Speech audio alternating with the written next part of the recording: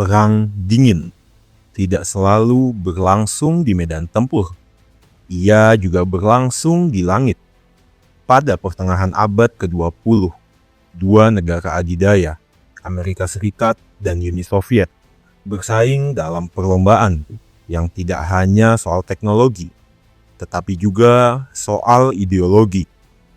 Soal siapa yang lebih unggul, soal siapa yang layak memimpin masa depan. Tahun 1957, Uni Soviet mengejutkan dunia lewat Sputnik 1, sebuah bola logam kecil yang mengubah keseimbangan psikologis Perang Dingin. 4 tahun kemudian, Yuri Gagarin mengitari bumi, kosmonot pertama manusia, sebuah kemenangan simbolik besar bagi Moskow.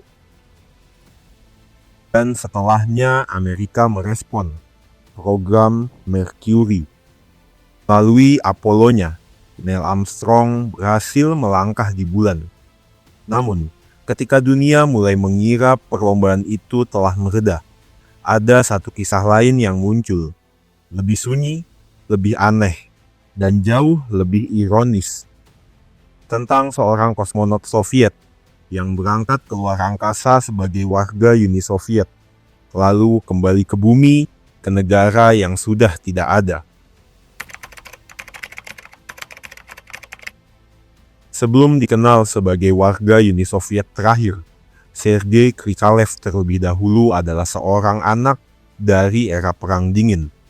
Ia lahir pada 27 Agustus 1958 di Leningrad, kota industri besar Uni Soviet yang masih hidup di bawah bayang-bayang memori Perang Dunia II dan pengepungan panjang oleh Nazi Jerman. Di kota inilah, teknologi, militer, dan ambisi ilmiah Soviet tumbuh berdampingan. Masa kecil Sergei berlangsung ketika perlombaan luar angkasa sedang berada di puncaknya. Uni Soviet baru saja mengguncang dunia melalui Sputnik 1. Lalu mengirim Yuri Gagarin menjadi manusia pertama yang sampai di orbit bumi. Para astronot memenuhi koran, poster propaganda, hingga ruang kelas sekolah di Soviet. Bagi jutaan anak pada generasinya, luar angkasa bukan lagi mimpi ilmiah semata, ia menjadi bagian dari identitas nasional. Dan Sergei Krikalev tumbuh di tengah atmosfer itu. Namun, jalannya menuju kosmos tidak dimulai dari kokpit jet tempur atau sekolah pilot milik Soviet. Ia datang dari dunia teknik, dari perhitungan, dari mesin. Setelah menyelesaikan pendidikannya di Leningrad Mechanical Institute, Sergei mendalami rekayasa mekanik dan sistem penerbangan. Sebuah bidang yang menjadi tulang punggung industri di dirgantara Soviet. Kemampuannya membawanya masuk ke NPO Energia, biro desain luar angkasa paling penting milik Uni Soviet. Di tempat inilah berbagai proyek monumental dikembangkan, Soyuz, stasiun orbit Soviet, hingga teknologi yang menopang ambisi Moskow di luar bumi. Pada pertengahan 1980-an, program kosmonot Soviet membutuhkan generasi baru. Bukan hanya pilot, tetapi juga insinyur yang mampu menangani kerusakan sistem, eksperimen ilmiah, dan operasi teknis jangka panjang di orbit. Tahun 1985, Sergei Krikalev terpilih sebagai kandidat kosmonot. Sebuah pencapaian besar, namun baru awal dari proses yang jauh lebih berat. Latihannya berlangsung dalam disiplin khas Soviet, mulai dari simulasi gravitasi nol, ujian ketahanan fisik, tekanan psikologis selama berbulan-bulan, latihan bertahan hidup di hutan bersalju, gurun terpencil, hingga skenario pendaratan darurat di wilayah yang tak berpenghuni. Kerja keras itu membawanya pada misi pertamanya pada 1988 melalui Soyuz TM-7 menuju stasiun luar angkasa Mir. Di orbit, Sergei mulai dikenal sebagai kosmonot yang tenang, teknis, dan sangat andal dalam berbagai operasi kompleks. Sifat yang kelak tanpa ia sadari akan membuatnya bertahan lebih lama dari yang direncanakan. Jauh lebih lama, hingga akhirnya di atas stasiun Mir, Sergei Krikalev tidak hanya menyaksikan eksperimen ilmiah, dia menyaksikan keruntuhan negaranya sendiri.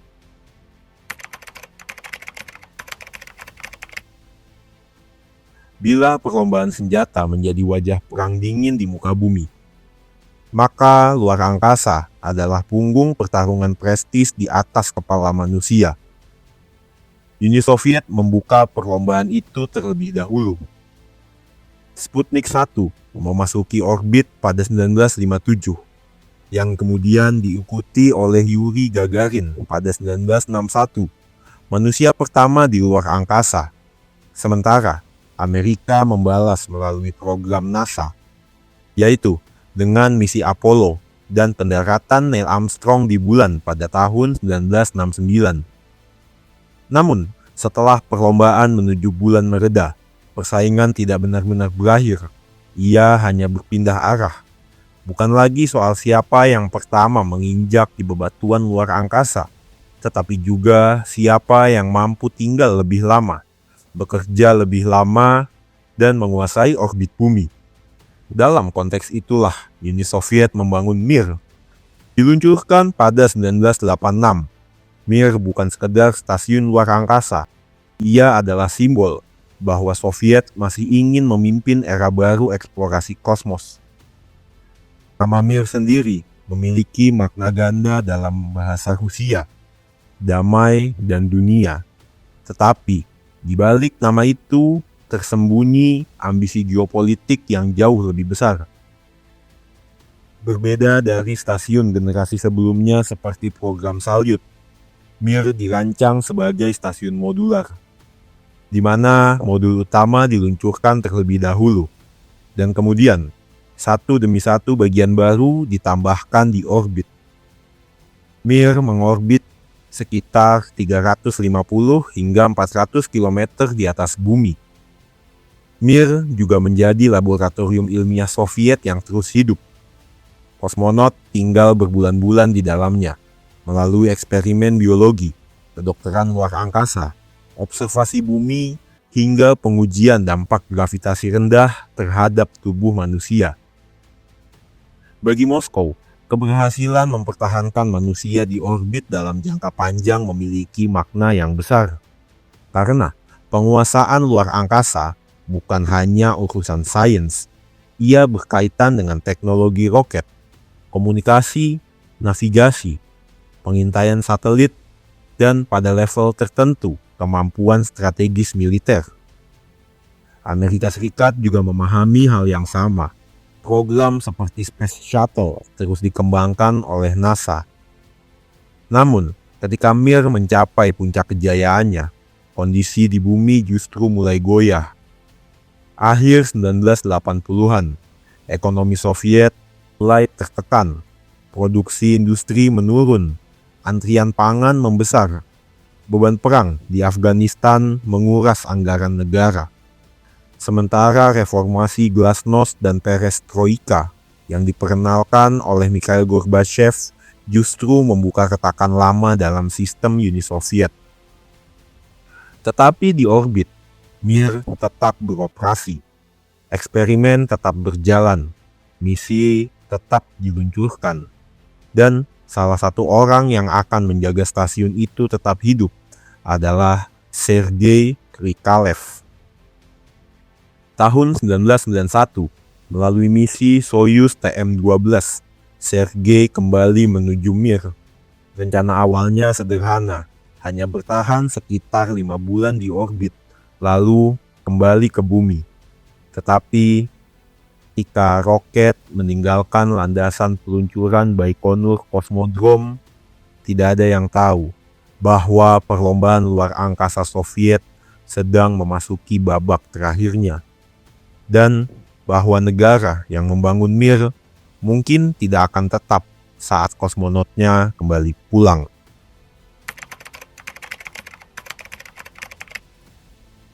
Saat Sergei Krikalev bekerja di dalam stasiun luar angkasa Mir, Uni Soviet di bawahnya sedang memasuki fase paling berbahaya dalam sejarahnya. Bukan perang melawan Amerika, bukan perlombaan menuju bulan, melainkan perlahan runtuh dari dalam. Akhir 1980-an, fondasi negara adidaya itu mulai retak. Ekonomi melemah, produksi industri menurun, dan rak di toko perlahan kosong. Antrian panjang untuk roti, susu, dan kebutuhan pokok mulai menjadi gambaran umum di banyak kota Soviet.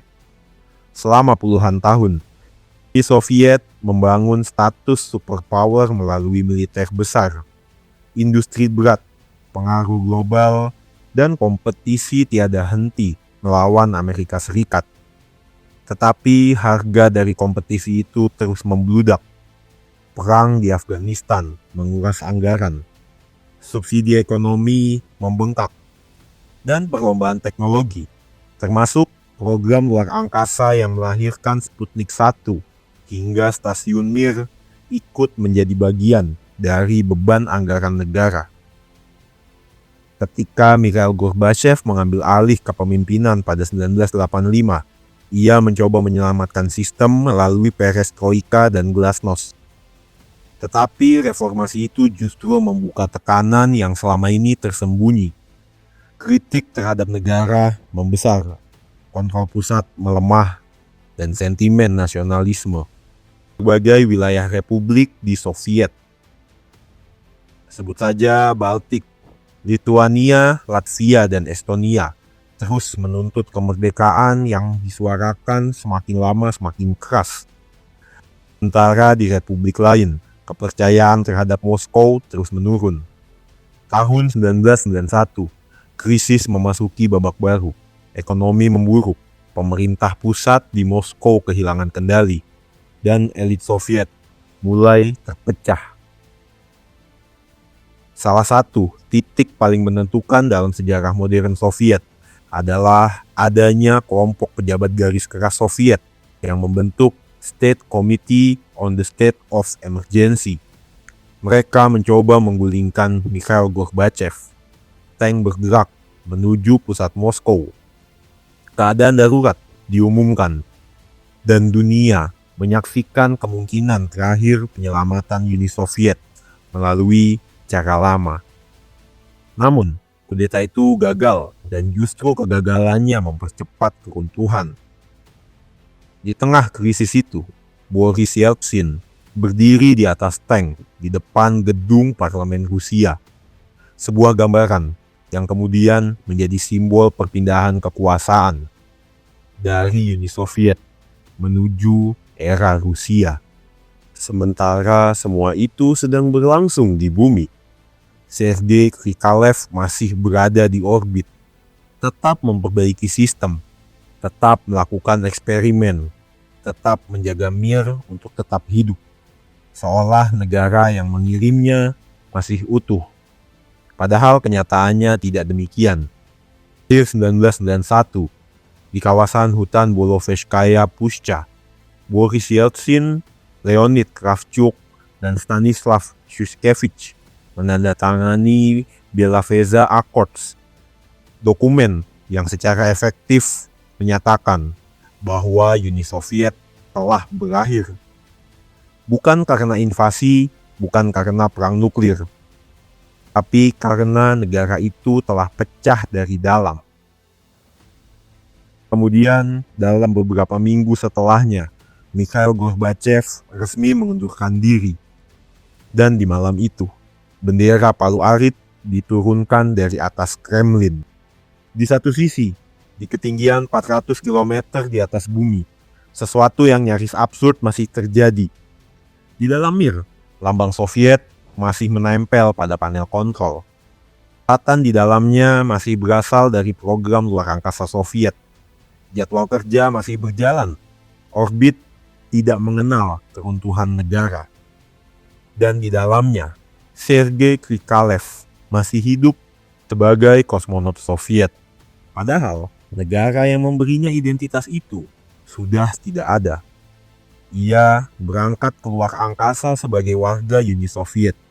Namun, kini ia berada di dalam orbit tanpa Soviet. Masalahnya bukan hanya sekedar simbolik.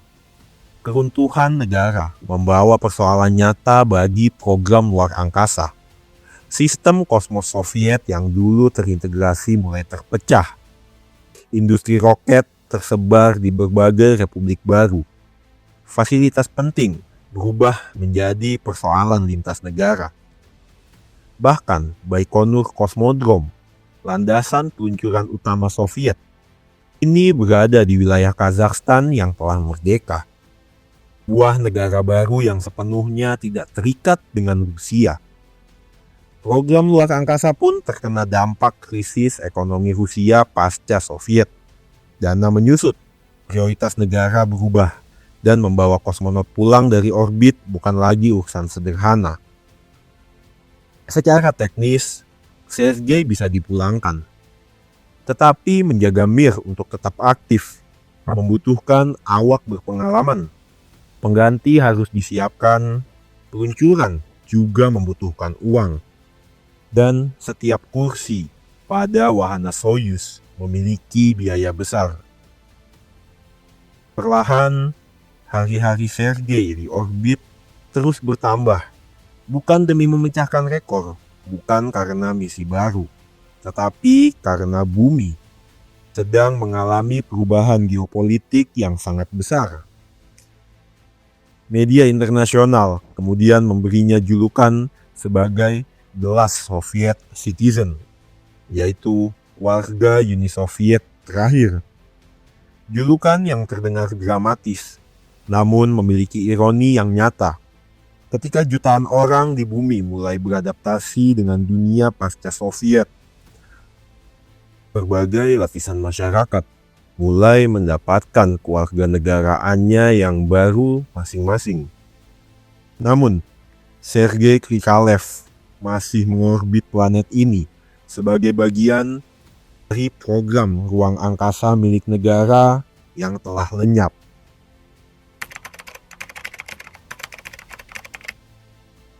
Memasuki tahun 1992, Soviet telah runtuh. Tetapi di orbit, stasiun luar angkasa Mir masih tetap hidup. Sistem tenaga harus terus dipantau. Eksperimen ilmiah masih tetap berjalan. Peralatan yang menua terus membutuhkan perawatan. Dan di tengah semua itu, seorang warga Soviet terakhir, Sergei Krikalev, masih berada di sana, menunggu pulang yang entah kapan ia akan berhasil dijemput oleh masyarakat bumi. Masalahnya bukan karena Rusia kehilangan kemampuan teknologi. Program ruang angkasa bekas Soviet masih memiliki roket, masih memiliki pusat kendali, dan juga masih memiliki wahana Soyuz. Masalah sebenarnya jauh lebih sederhana, namun jauh lebih brutal, yaitu krisis ekonomi. Rusia pasca Soviet sedang berada dalam masa transisi yang kacau. Di bawah pimpinan Boris Yeltsin, ekonomi negara memasuki fase liberalisme mendadak. Inflasi melonjak, nilai mata uang jatuh, anggaran pemerintah tertekan. Lembaga-lembaga negara yang dulu dibiayai sistem Soviet kini harus berjuang mempertahankan diri, termasuk program luar angkasa. Dulu proyek kosmos Soviet ditopang oleh sumber daya sebuah negara adidaya. Kini Rusia mencoba mempertahankan warisan itu dengan kondisi keuangan yang jauh lebih rapuh. Setiap peluncuran roket membutuhkan biaya besar. Setiap suplai menuju Mir membutuhkan anggaran. Dan setiap kursi pada kapsul Soyuz bernilai mahal. Dalam situasi itulah kerjasama internasional berubah dari pilihan diplomatik menjadi kebutuhan. Salah satu mitra yang mulai berperan adalah Jerman. Setelah reunifikasi Jerman pada 1990, Badan Antariksa Jerman, The German Aerospace Center, atau yang disingkat dengan DLR dalam bahasa aslinya, berusaha memperluas keikutsertaannya dalam penerbangan luar angkasa berawak. Mereka menjalin kerjasama dengan program ruang angkasa milik Rusia untuk mengirim astronot Jerman ke stasiun Mir. Bagi Jerman, ini adalah kesempatan ilmiah dan simbolik, tetapi bagi Rusia, ini juga berarti dana. Dana yang sangat dibutuhkan untuk menjaga program luar angkasa mereka tetap bernapas. Melalui kesepakatan itu, astronot Jerman Klaus Dietrich Flade dipersiapkan untuk terbang menuju Mir dalam misi Soyuz PM-14. Rotasi awak mulai diatur ulang, dan di tengah proses itulah peluang kepulangan Sergei Krikalev akhirnya terbuka. Setelah berbulan-bulan tambahan di orbit, setelah menyaksikan negaranya runtuh dari jarak 400 km di atas bumi, masa tinggal Sergei akhirnya mendekati akhir.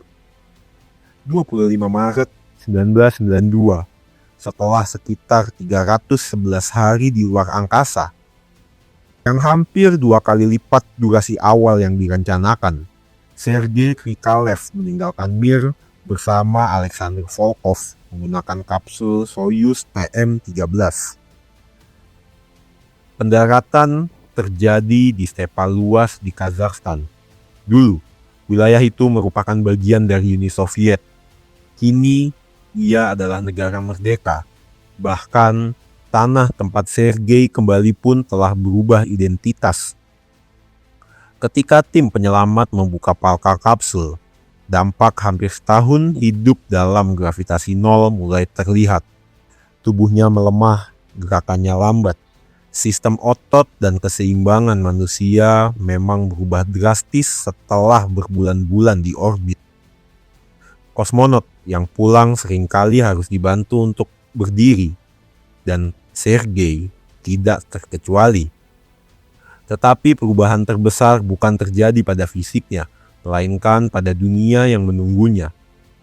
Saat ia meninggalkan bumi pada Mei 1991, ia berangkat sebagai warga Uni Soviet. Negaranya masih ada, benderanya masih berkibar, sistem politiknya masih tegak berdiri. Ketika ia kembali pada Maret 1992, semuanya telah berubah. Uni Soviet sudah bubar. Bendera di Kremlin telah berganti. Peta geopolitik dunia telah berubah. Dan Sergei Krikalev pulang ke negara yang berbeda dari negara yang mengirimnya. Media internasional kemudian mengangkat kisahnya sebagai simbol unik dari berakhirnya Perang Dingin. Seorang kosmonot yang tidak sekedar menjalani misi luar angkasa panjang, tetapi juga mendapat gelar sebagai warga Soviet terakhir.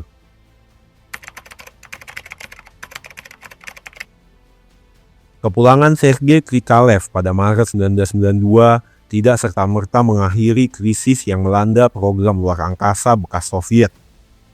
Karena setelah runtuhnya Uni Soviet, persoalannya bukan hanya tentang membawa seorang kosmonot pulang dari orbit. Persoalan yang lebih besar adalah bagaimana mempertahankan warisan teknologi raksasa yang dibangun selama puluhan tahun dalam rivalitas Perang Dingin. Di atas bumi, negara telah berubah, tapi di orbit, Mir masih terus mengitari planet ini. Bagi dunia, Mir bukan sekedar stasiun luar angkasa, ia adalah simbol ambisi Soviet. Laboratorium orbital modular pertama yang memungkinkan manusia hidup berbulan-bulan di luar bumi. Melakukan eksperimen ilmiah, observasi, hingga pengujian batas ketahanan tubuh manusia dalam gravitasi nol. Namun memasuki dekade 1990-an, Mir menunjukkan usianya. Komponen menua, sistem teknis makin rapuh, gangguan demi gangguan mulai muncul lebih sering. Stasiun yang dulu menjadi lambang superioritas teknologi Soviet, kini perlahan berubah menjadi simbol lain.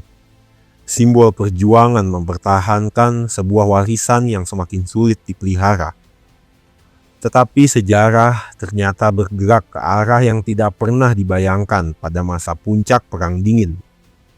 Jika dahulu luar angkasa menjadi arena persaingan sengit antara Amerika dan Uni Soviet, maka setelah runtuhnya Soviet, orbit bumi justru mulai menjadi ruang kerjasama. Amerika dan Rusia perlahan membangun hubungan baru di sektor luar angkasa. Program Shuttle Mir pun lahir. Pesawat ulang-alik Space Shuttle milik NASA mulai melakukan docking dengan Mir. Astronot Amerika tinggal di stasiun yang dibangun oleh program Soviet.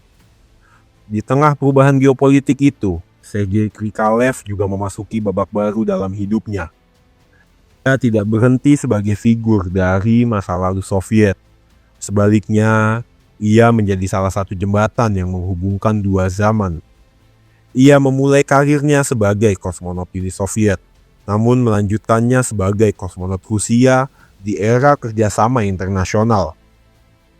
Ia terbang dalam misi-misi baru, bekerja sama dengan NASA, dan ikut mengambil bagian dalam pembangunan proyek yang kemudian menjadi simbol eksplorasi luar angkasa modern, International Space Station atau ISS.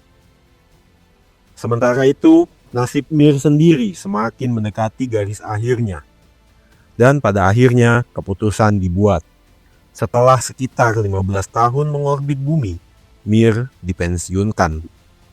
23 Maret 2001, mesin pendorong dinyalakan. Orbit stasiun mulai diturunkan secara perlahan. Laboratorium yang pernah menjadi lambang kejayaan Soviet ini memulai perjalanan terakhirnya menuju atmosfer bumi.